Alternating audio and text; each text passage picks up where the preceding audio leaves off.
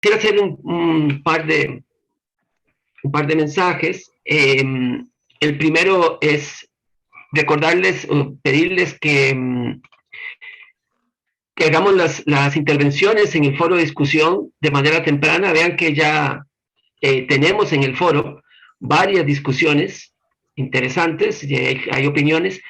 Lo interesante del foro es que hemos diseñado las preguntas para que ustedes puedan mostrar lo que está pasando en sus realidades a través del foro. Entonces tomamos el tema que estamos viendo esta semana y les hacemos una pregunta que de alguna manera ustedes le muestren al grupo con sus respuestas lo que está ocurriendo en ese tema que estamos trabajando en cada uno de los países. Entonces, es la manera de podernos enterar lo que está ocurriendo, de compartir, de discutir, de preguntar. Aquí está una discusión en buen sentido de la palabra, no hablo de discusión de pleito, sino un diálogo entre Jorge, Oscar, que estaba opinando, después interviene Gloria, y ahí, digamos, está el diálogo. Esto es muy interesante hacerlo, pero para eso se requiere tiempo. Si entran el martes en la tarde y ponen sus intervenciones, ya no hay espacio para generar el diálogo. Entonces, es muy interesante esto, ya cómo vamos en esta semana. Entonces, esta es una buena mecánica, y en ese sentido también quisiera felicitar al grupo de Argentina, que se ha convertido en un grupo muy activo en la discusión en, Es que son en la muchos, plataforma. se hacen notar más, Stanley. Es cantidad. Ya. Estoy segura de que es calidad también, pero son muchos, hay que decirlo. Ok, bien, pero es muy interesante porque estamos conociendo mucho más a profundidad sobre lo que está pasando en la Argentina, pero también compañero de Chile estuvo mencionando cosas interesantes, y así también la gente de Costa Rica estuvo mencionando cosas. O sea, es una manera importante. La gente de España estuvo comentándonos cosas interesantes también. Una forma de conocer las realidades. Entonces, usemos bien el foro en ese sentido, y esa es la motivación de nuevo. Con respecto a el tema una cosa importante también, en algunos casos noté que había gente que estaba entrando, comentando, pero sin responder la pregunta del foro. Es importante responder la pregunta del foro, más allá de que después hagan comentarios sobre el resto del grupo, pero siempre respondan la pregunta del foro. Eh, lo otro, lo que estaban consultando del trabajo final. La guía del trabajo final está acá en la introducción al módulo. Aquí la pueden ver y la pueden bajar. Y bueno, está escrito lo que se espera que ustedes trabajen, que es como respondiendo específicamente al compañero que preguntó, es un trabajo relativamente pequeño. Esperamos que tenga un máximo de 12 páginas, máximo. Estos no es lo que tiene que tener, es el máximo que quisiéramos, digamos, en cada uno de los temas. Está descrito la estructura que tiene que tener el documento final, lo que esperamos que contenga, eh, y son cosas muy básicas. Es un formato Word, aquí están también descrito lo que deben, eh, en qué formato lo deben enviar, y los criterios con los que se ha evaluado el trabajo. En este sentido, más allá del contenido propio del documento, que está acá, lo que quisiera comentarles también, primero, llamar su atención de que este trabajo, si no quieren que les tome tarde, es bueno empezar a hacerlo desde ahora, a dedicarle horitas, una semana, un par de horas, la otra semana otro par de horas, y así para que lo puedan ir construyendo y terminando. Este trabajo, recuerden, tienen que entregarlo el martes 21, si no recuerdo mal, creo que estaba, no, aquí no está, pero bueno, ahí en el Está en el cronograma del módulo 1. en el cronograma está, digamos que si lo tienen que entregar el martes 21, es la fecha límite para la entrega de este trabajo. Pareciera mucho tiempo, pero ustedes son personas que tienen muchas dedicaciones, por lo tanto, es mejor que lo vayan haciendo desde ahora. Y lo otro importante es que este trabajo en principio está pensado para que fuese individual. Ahora, como hay grupos de varios estudiantes de un país, en ese caso, cuando hay varios estudiantes de un país, como el caso de Argentina, el mismo caso de España, también hay creo que 2 personas de Costa Rica, y no recuerdo qué otro país tiene varias personas, pero creo que me recuerdo estos. 2, República Dominicana. 2, República Dominicana. Bueno, es otro caso también. Podrían pensar en hacer algo a escala de país.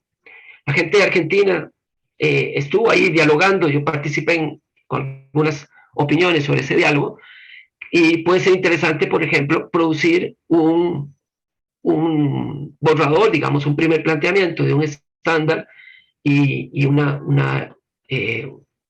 digamos que ya no es un producto final, pero una base para una herramienta de evaluación de efectividad de áreas marinas, ad hoc para áreas marinas. Por ejemplo, en el caso de Argentina, los compañeros y compañeras de Argentina estuvieron dialogando sobre eso. Bueno, eso sería interesante hacerlo. Y eso probablemente se pueda hacer en grupos.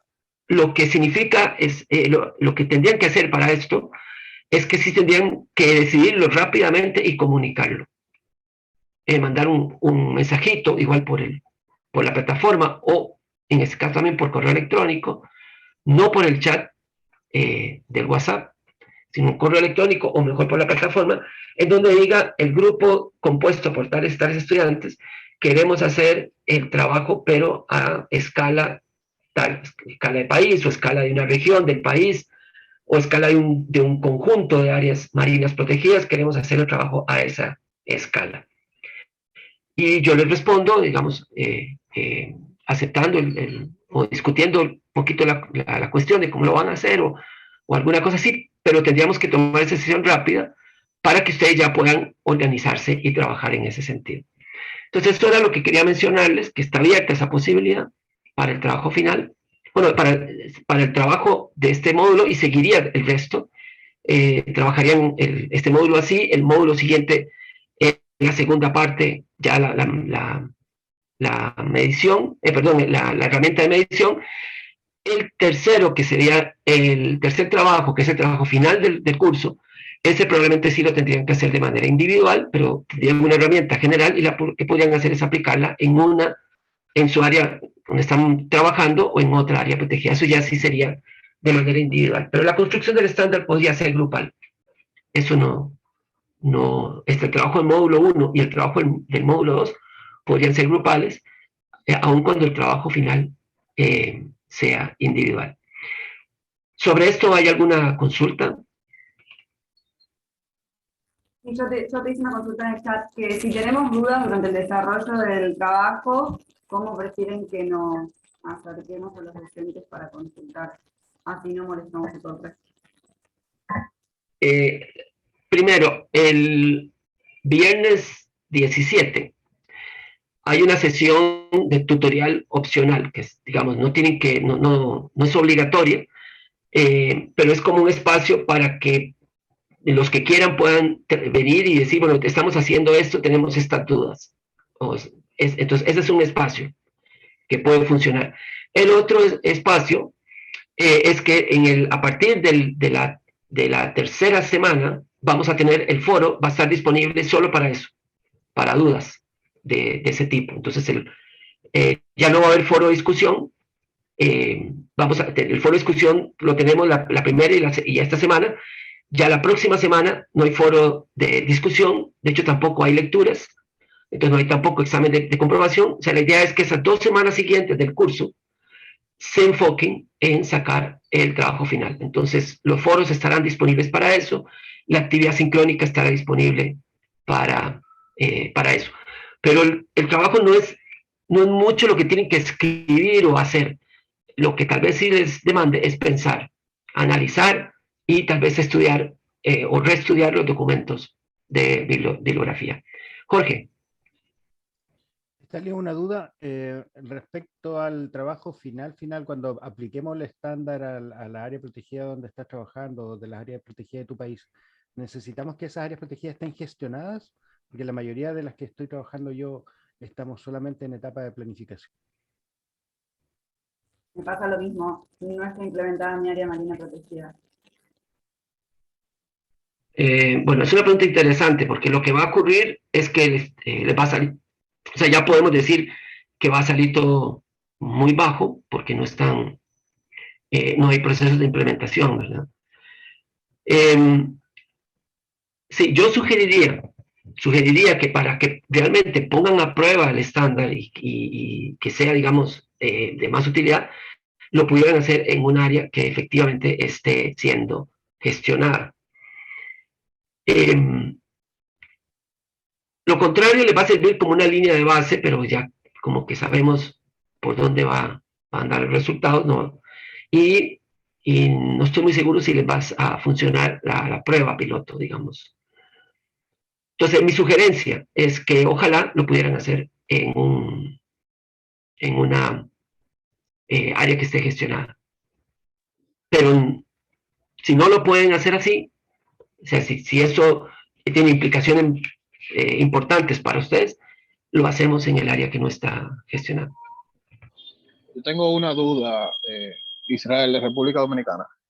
En el trabajo que vamos a hacer, pide identificarle 3 o 6 de los principios, pero vamos a elegir uno, o el tema se va a tratar entre los 3 y 6 principios que tenemos los estándares. Sí, primero, no van a elegir, sino van a construir ustedes los principios. Si ustedes van a diseñar el principio. No es que van a tomar de aquí un principio tal cual está, porque la idea es que ustedes lo adecúen, ustedes lo piensen, lo analicen, y ustedes, lo que queremos es que ustedes vivan la experiencia de crear un estándar. Y cómo se crea, cómo se piensa, digamos, pasen por ese proceso. Es cierto que ya hay estándares hechos, usted puede decir, pero ya están hechos, entonces ¿para qué hacerlo? Bueno, alguien los hizo, alguien pasó por esos ejercicios, y alguien aprendió a hacer estándares. Eso es lo que queremos que ustedes aprendan. Entonces, la idea no es que agarren un principio que está hecho y lo copien. No es que ustedes piensen, a partir de todo lo que han visto y los principios que tienen, todas esas baterías, ¿cómo adecuarían ustedes eso a su área? Y ahí piensen y diseñen de 3 a 6 principios. O sea, ustedes diseñan de 3 como mínimo y 6 como máximo principios. Y a partir de esos principios crean los criterios y se va creando todo el resto de la estructura. Criterios, indicadores, luego las verificables, el protocolo de medición, se crean toda la estructura. Igual, o sea, esto es un ejercicio académico para que ustedes tengan esa noción, y si algún día alguien les da un estándar, ustedes ya han hecho uno, han vivido esa experiencia y pueden evaluar mejor si el estándar está bien hecho, de dónde viene y cómo usarlo. Y si no lo tienen, si no tienen un estándar a mano, ustedes vivieron la experiencia de hacerlo. Entonces lo pueden hacer. Hay un tema ideológico de fondo, pero eso después lo vamos a conversar un poquito más, de por qué queremos que aprendan a hacer estándares y no solamente copien estándares que otros hacen para ustedes.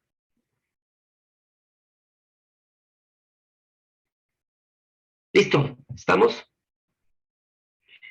Bien. En la presentación sobre los estándares, yo dije que íbamos a trabajar sobre 3 estándares. Uno, el enfoque ecosistémico, que lo vimos la semana pasada en la presentación, y además ustedes hicieron la lectura de un documento sobre ese tema. El otro estándar es el Blue Park, que también la semana pasada ustedes pudieron ver ese documento, y ahora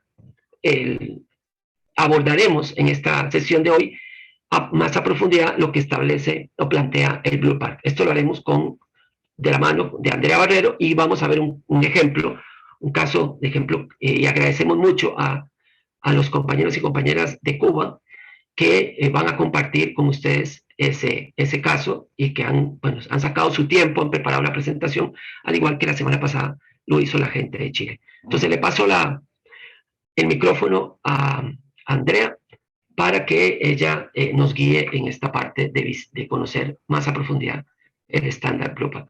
Andrea. Starling, muchas gracias. Muy buenos días para todos y muchísimas gracias a los compañeros de Cuba. Aquí nos está acompañando Janet. Janet, si quieres presentarte y los compañeros que están.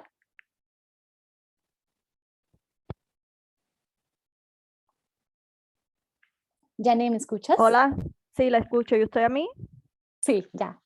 Bueno, pues Janet Forneiro es mi nombre y trabajo en la Dirección de Conservación del Grupo de Empresaria Florifauna de Cuba, a cargo de la administración de la mayor cantidad de áreas protegidas en el país y con la presentación del Parque Jardines de la Reina como Blue Park estaremos participando hoy en esta sesión de trabajo. Gracias, Janet.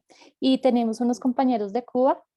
No sé si está Dafne y Juan José. Aquí estamos escuchándolo y listos para transmitir nuestras experiencias. Bueno, muchas gracias a ustedes por estar con nosotros en este espacio. Voy a compartir pantalla, voy a iniciar con la presentación del estándar y una vez termine la presentación del estándar les voy a dar a ustedes la palabra. Denme un segundo, por favor. Necesito que por favor me confirmen si todos están viendo mi pantalla. Ahí la están viendo, ¿sí? Sí. Bueno, entonces muchas gracias a todos. Vamos a tener un espacio inicial en donde vamos a abordar el estándar de áreas marinas protegidas, Blue Pact, y su relación con el estándar Lista Verde de Áreas Protegidas y Conservadas. Blue Pact es una iniciativa del Instituto de Conservación Marina que pretende identificar áreas eficaces basadas en la ciencia. Básicamente, este programa está dirigido a identificar esas áreas que contribuyen en la protección de esos elementos de la biodiversidad marina. Este es un premio que tuvo el primer lanzamiento de áreas protegidas en 2017, entonces como ustedes se podrán dar cuenta, es una iniciativa recientemente nueva y el objetivo principal que tiene es construir una red global de áreas marinas protegidas que salvaguarden al menos el 30% del océano para 2030. Este estándar, en la medida en que nosotros lo vayamos conociendo y ustedes lo vayan viendo, se van a dar cuenta que es un estándar basado en la ciencia. En 2017 se nominan los 3 primeros sitios a nivel global. Actualmente este programa tiene 21 áreas protegidas y va a ser ampliado en este mes con la inclusión de otros sitios. Esa nominación se va a hacer en Lisboa y por parte de la región, cuando ustedes conozcan cuáles son las áreas que están nominadas, se van a dar cuenta que van a quedar incluidos unos sitios. Y por parte de la región me refiero a lo que es América del Sur. Para acceder a estos premios hay que pasar por 4 fases. Una fase de nominación, una fase de evaluación, una fase de decisión y el premio. ¿Cómo es esa fase de nominación? Esa fase de nominación es un registro que se hace en la página del Instituto de Conservación Marina, en donde se diligencia un formulario y en ese formulario está basado en cada uno de los criterios y atributos que componen este estándar. Adicional a ello, se debe anexar las evidencias que permitan soportar cada uno de los criterios y atributos que componen el estándar. Todos estos estándares son soportados en evidencias y es frente a cada uno de estos elementos que se debe mostrar su cumplimiento. En la fase de evaluación, el personal del programa de Blue Pact se encarga de hacer un reporte frente a la nominación de cada uno de los sitios y ese programa es complementado o ajustado con la información también disponible que tengan los equipos de las áreas marinas protegidas y que no hayan sido incluidos en esa fase de nominación. Cuando ese primer reporte está ya estructurado, ajustado e incluye también esos aportes de los equipos de las áreas marinas protegidas, ese documento se coloca a consulta pública en un portal destinado específicamente por el programa. El tiempo de consulta es aproximadamente 30 días. ¿Qué es lo que se espera con esto? Lo que se espera es recibir comentarios, aportes y observaciones frente al proceso de candidatura del área protegida. Esta información, junto con el reporte, es revisada por un consejo científico que tiene estos premios Blue Par, en donde hay diferentes miembros a nivel global y ellos se encargan de determinar el estatus que tiene el área protegida. Aquí los estatus están dados en 3 categorías, entonces cuando ustedes revisen también el documento, o si ya lo revisaron, se van a dar cuenta que hay un estatus platino, la siguiente categoría es de oro y la siguiente categoría es plata. ¿Qué hace que cada categoría sea diferente? Los criterios que cumple un área marina protegida. Y ya una vez se toma la decisión, pues se hace ese reconocimiento a la gestión que tiene el área marina protegida a partir de la revisión de los criterios que forman parte de este estándar. Entonces, como les estaba diciendo, Blue Par es un estándar basado en la ciencia. Son 3 etapas que lo componen. Hay unos criterios de nominación, una parte de evaluación del programa y prioridades del programa. Los criterios de nominación y evaluación del programa los vamos a ver en este espacio a profundidad y las prioridades del programa que está relacionada con la representatividad de los ecosistemas y la conectividad, sí lo vamos a ver de manera muy general. Entonces, frente a los primeros criterios, el estándar plantea que las áreas para que sean nominadas deben cumplir 2 criterios. Uno, que tengan estén asociados a valores de la diversidad y un segundo criterio asociado a implementación y manejo. Dentro de lo que está asociado a esos valores de la diversidad, el estándar de áreas marinas Blue Par plantea que se deben cumplir 4 atributos. De estos 4 atributos, las áreas deben cumplir al menos uno de ellos. Entre estos están que tengan una gran riqueza de especies o endemismos, que incluyan refugios ecológicos, incluyan ecosistemas raros, únicos o representativos, y que incluyan zonas importantes para especies amenazadas. Áreas protegidas, por ejemplo, que tengan la denominación de sitios ICAS, Ramsar, zonas de preservación, zonas de conservación, o que estén dedicadas a la vida silvestre, tengan un reconocimiento, cumplen alguno de estos criterios. Por otro lado, tenemos los criterios de implementación y manejo. Aquí tenemos 6 criterios. Lo que establece el estándar para efectos de pasar a esa fase de evaluación es que los 6 criterios tienen que ser cumplidos por las áreas marinas protegidas candidatas. Adicionalmente, aquí hay una particularidad y es que este estándar parte del supuesto de que si un área marina protegida cumple estos 6 criterios que vamos a ver, es un área candidata al estándar lista verde de áreas protegidas y conservadas. Por eso es que en este espacio vamos a ver cómo es la relación entre esos criterios de Blue Par con el programa global lista verde de áreas protegidas y conservadas. Entonces, frente a esos criterios de implementación y manejo, los atributos que establece Blue Par son 6. Entre ellos tenemos que el área marina protegida haya sido asignada por un gobierno legítimo y funcional que represente los intereses de la sociedad civil. En caso de que estas áreas tengan grupos étnicos, que tenga también el reconocimiento de esos grupos.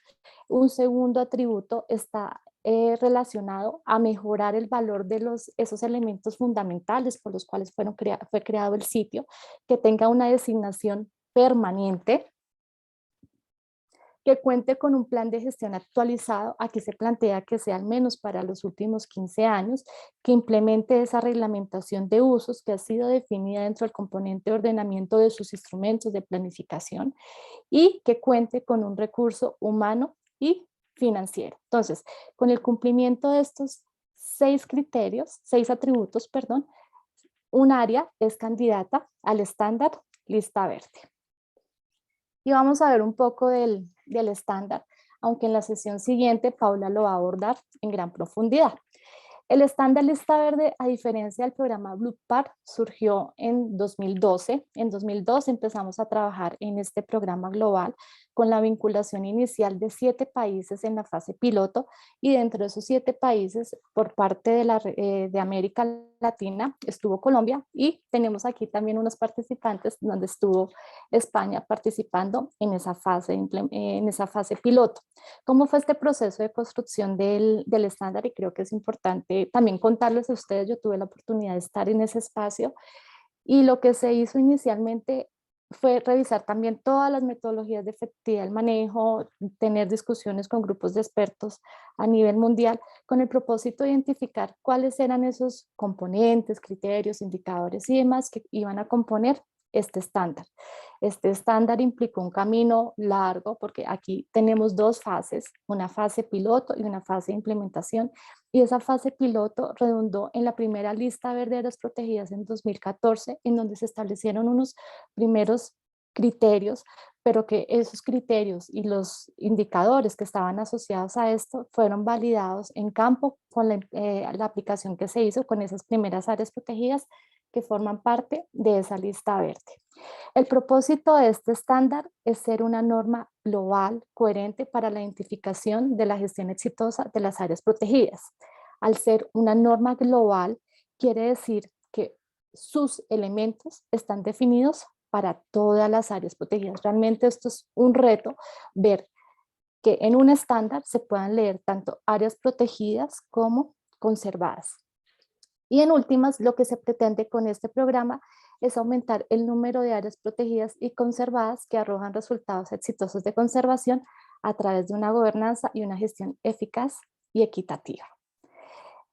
En la implementación de este estándar, lo que uno identifica es que es muy difícil, y ahorita escuchándolos, que todas las áreas cumplan con los criterios que se definen allí.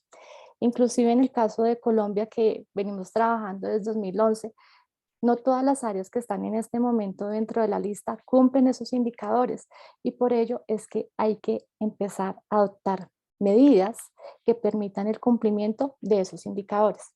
En el caso de nosotros, por ejemplo, esas medidas son recogidas en unos planes de mejoramiento que con el tiempo hacemos seguimiento y esperamos ver cómo es el progreso frente al cumplimiento de cada uno de esos indicadores. Este estándar, al igual que Blue Par, está basado en evidencias y todo debe ser demostrable. A diferencia de Blue Par, este estándar tiene 4 componentes que no voy a entrar a explicarlos en detalle, pero sí de manera general. Tiene 17 criterios y 50 indicadores. Tenemos un componente de buena gobernanza que está relacionado con quiénes y cómo toman las decisiones frente a la planificación, el manejo y la implementación de las estrategias de manejo. Los criterios que están allí definidos están asociados a esos principios que desde la UICN se han venido trabajando. En diseño y planificación lo que se mira es cómo los logros, las metas que han sido definidas tienen en cuenta ese contexto social y económico en que se enmarcan las áreas protegidas.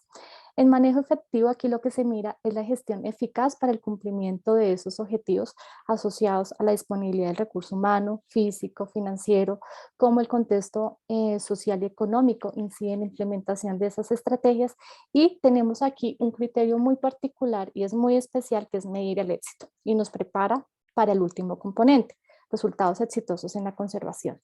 ¿Qué miramos con este criterio? Si las áreas tienen programas de monitoreo, si los implementan, si derivado de la implementación de ese programa de monitoreo han empezado a levantar información de línea base, si tienen análisis de tendencia, y en última lo que se espera es mirar también cómo son esos umbrales que han sido definidos para los valores objeto de conservación. En el último componente lo que se pretende demostrar es el estado de los valores objeto de conservación. Esto asociado a valores naturales, servicios ecosistémicos y valores culturales. El estándar parte del supuesto de que si hay una buena gobernanza, un diseño y planificación y un manejo efectivo, estamos aportando a este componente. El estándar Blue Par contiene elementos del estándar lista verde de áreas protegidas y conservadas, y por eso es importante que ustedes vieran esta relación. Así como el estándar Blue Par establece que las áreas elegibles en su criterio, implementación y manejo deben cumplir 6 atributos para que sean candidatas, el estándar lista verde de áreas protegidas y conservadas establece aquí que son 5 indicadores. Aquí ya no hablamos de atributos como lo habla el estándar Blue PAR, sino hablamos de indicadores. Este estándar también tiene una particularidad, a diferencia del Blue PAR. En el Blue PAR ustedes se dan cuenta que los criterios y los atributos están definidos y ya están dados por el programa. Aquí en el estándar lista verde, si bien nosotros tenemos unos componentes, unos criterios y unos indicadores a nivel global definidos, los indicadores son adaptables al contexto de cada país. Aquí realmente yo conozco y lo vine a conocer, o sea, nosotros hemos venido trabajando en esa adaptación de esos indicadores, pero por ejemplo, adaptaciones para áreas marinas, la que ahorita vine a conocer con el caso de Chile, que me pareció un caso súper interesante. Inclusive, por ejemplo, nosotros también estamos trabajando en el marco de un proyecto que se tiene de Lista Verde Amazonía en una adaptación muy puntual del estándar para las áreas del bioma amazónico. Entonces, este estándar también es una oportunidad para adaptarlo a iniciativas de conservación. Entonces, a diferencia de Blue PAR, Lista Verde establece que son 5 indicadores los que se deben cumplir, unos asociados a buena gobernanza, otros a diseño y planificación y otros a manejo efectivo. Tenemos un indicador que establece que las estructuras de gobernanza deben estar claramente definidas y documentadas de acuerdo a la jurisdicción o a la autoridad nacional. Tenemos otros indicadores, por ejemplo, en donde se identifica que el sitio debe cumplir esa definición de área protegida y en caso de que sea un área conservada también debe cumplir esa definición establecida por la UICN. Hay un tercer indicador que establece que las áreas deben de estar registradas en la base mundial del Protected Planet. Allí en esa base encontramos todas las áreas que están registradas bajo un código y esto es lo que también tenemos que entrar a demostrar, que forma parte del reconocimiento que tienen esas áreas protegidas. Un tercer indicador es que las áreas deben contar con un plan de manejo actualizado. Si ustedes se fijan acá, esto va muy relacionado con el estándar Blue PAR.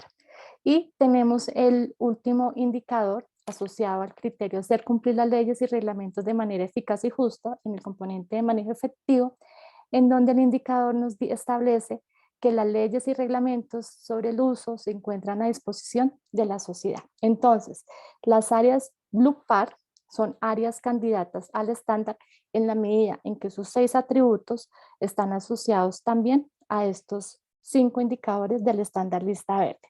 Antes de avanzar, yo quisiera hacerles unas preguntas y Stanley, ahí sí te pido el favor, si me ayudas porque no veo los nombres de las personas, si ustedes consideran que estos atributos o indicadores identificados les permiten, son adecuados en los estudios de caso que ustedes tienen, si les agregarían algún indicador adicional o si sobra algún indicador. Tengan presente que esto es para identificar que son áreas elegibles, cada una dentro del proceso que estamos hablando.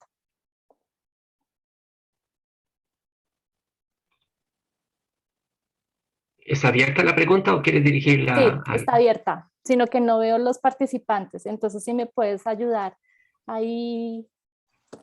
¿Hay alguno que quiera? Nixon. Sí, gracias, Stanley. Yo tengo, vamos a ver, cierta duda o no sé, porque al yo inscribirme en este curso, básicamente, bueno, al principio lo dije y hace un momento en el foro también lo escribí, como yo trabajo para el Instituto de Pesca de Costa Rica, ¿verdad? Tenemos un modelo de áreas marinas de pesca responsable y que a diferencia, digamos, de las áreas del Ministerio de Ambiente, que son áreas marinas protegidas, ¿verdad? El nombre, digamos, vamos a ver, es que en Costa Rica cuando se habla de áreas marinas protegidas, las entendemos como áreas del Ministerio de Ambiente, áreas de conservación. En el foro también Mirna ha comentado, ¿verdad?, los otros modelos que tiene el área marina de manejo, por ejemplo, y demás. Pero digamos, el concepto de un área marina protegida en Costa Rica es conservación, no cero uso, digamos, no pesca o ese tipo de cosas, ¿verdad? Parques nacionales y demás. Sin embargo, nosotros hemos venido trabajando porque con este tema del 30-30, ¿verdad? El 30% de los océanos conservados para el año 2030. Nosotros como Instituto de Pesca queremos o pretendemos que estas áreas marinas de pesca responsable sean reconocidas en ese porcentaje que se quiere alcanzar, ¿verdad? Entonces, pero no lo vamos a ver, no lo ven, no nos reconocen las áreas porque hay pesca, ¿verdad? El nombre lo dice, es un área marina de pesca responsable, ¿verdad? Sí, tiene su plan de manejo, con un proceso muy participativo desde que inicia, con una gobernanza compartida con las comunidades, instituciones y demás. Pero como hay actividad extractiva, entonces no se reconoce las áreas nuestras como áreas para la conservación, ¿verdad? Porque tal vez no tiene el nombre como tal. Entonces, en esa línea a mí me parece, yo veo estos lineamientos y he estado leyendo y bueno, tengo ya 5 años de trabajar en institución y he venido trabajando con esas áreas. Vemos que realmente sí se pueden reconocer y justamente en la diapositiva anterior venía un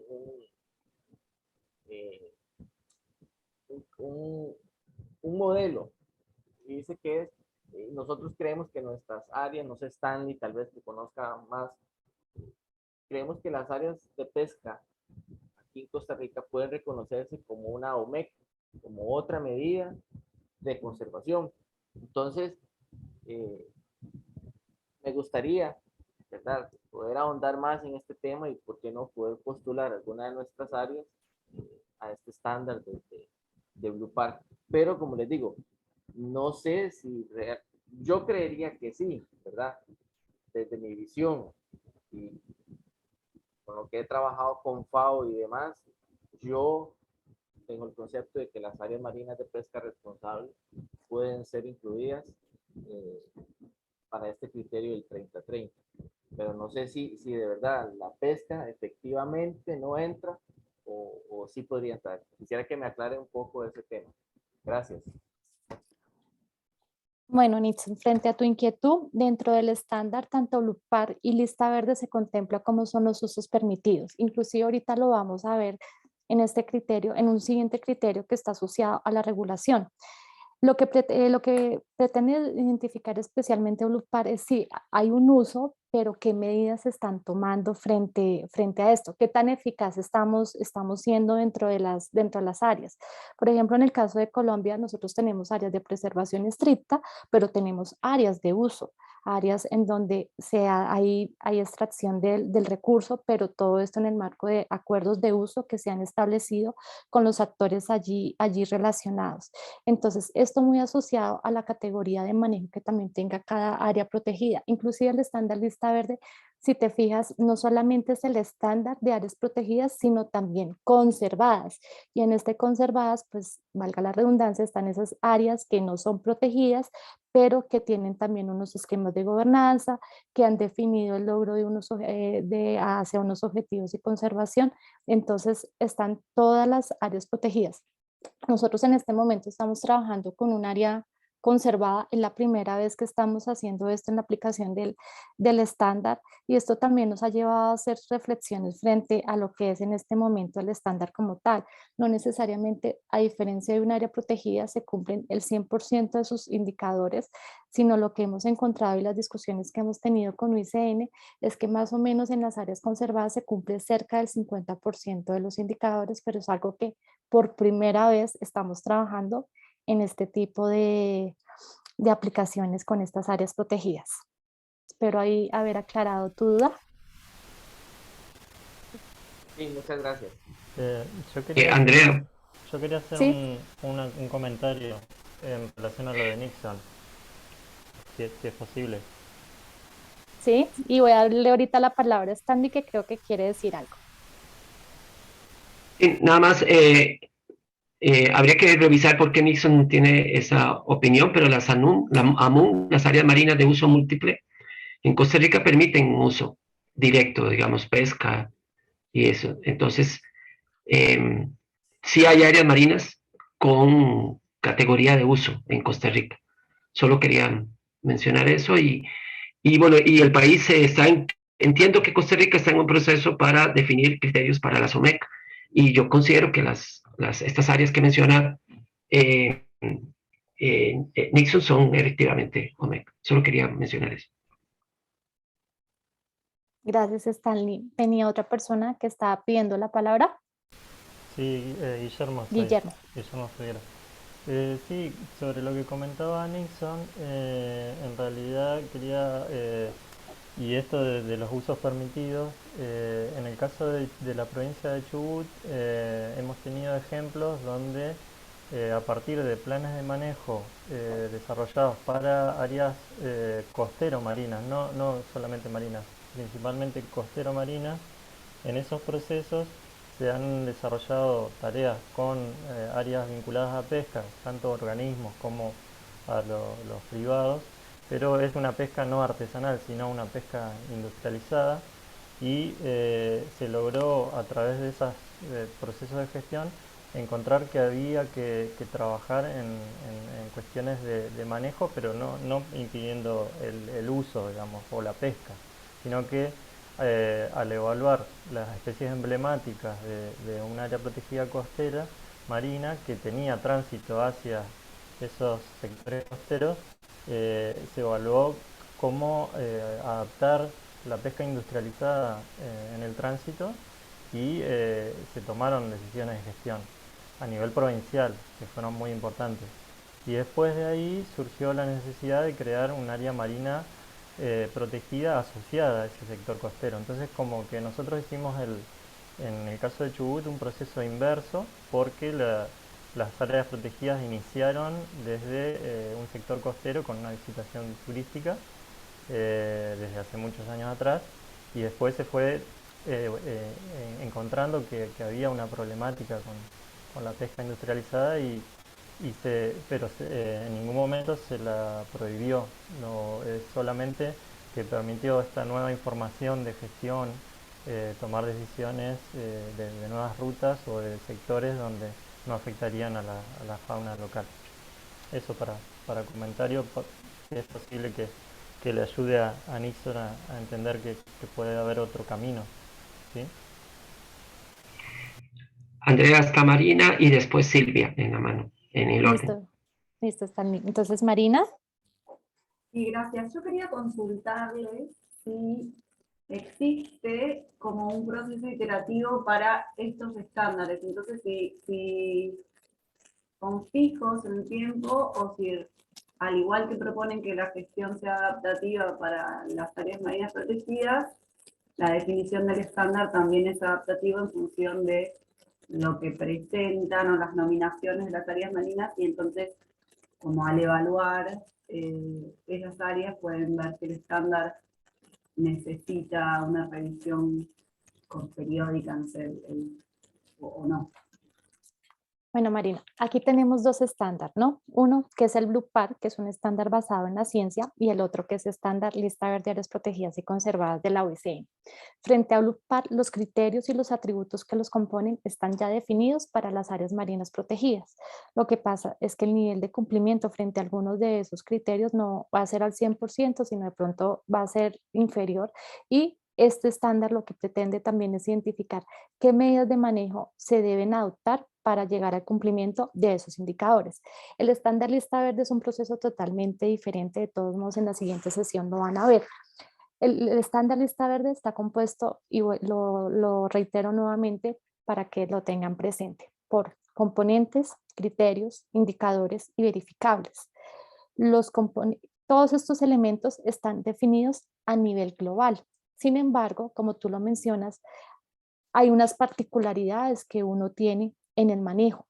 Entonces, lo que es posible adaptar a esas particularidades del manejo son los indicadores y los verificables. En este momento, si ustedes se fijan, yo no he hablado en ningún momento que los criterios sean medibles. Sin embargo, desde la OICN en este momento se está trabajando en la medición de esos criterios a través de un índice que se va a estimar que se llama el IBEX.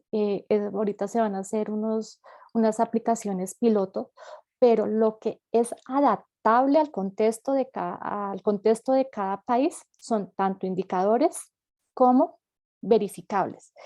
Lo que nosotros vimos de Chile hace la semana pasada, cuando nos presentaron cómo estaba estructurado su estándar por esos componentes, están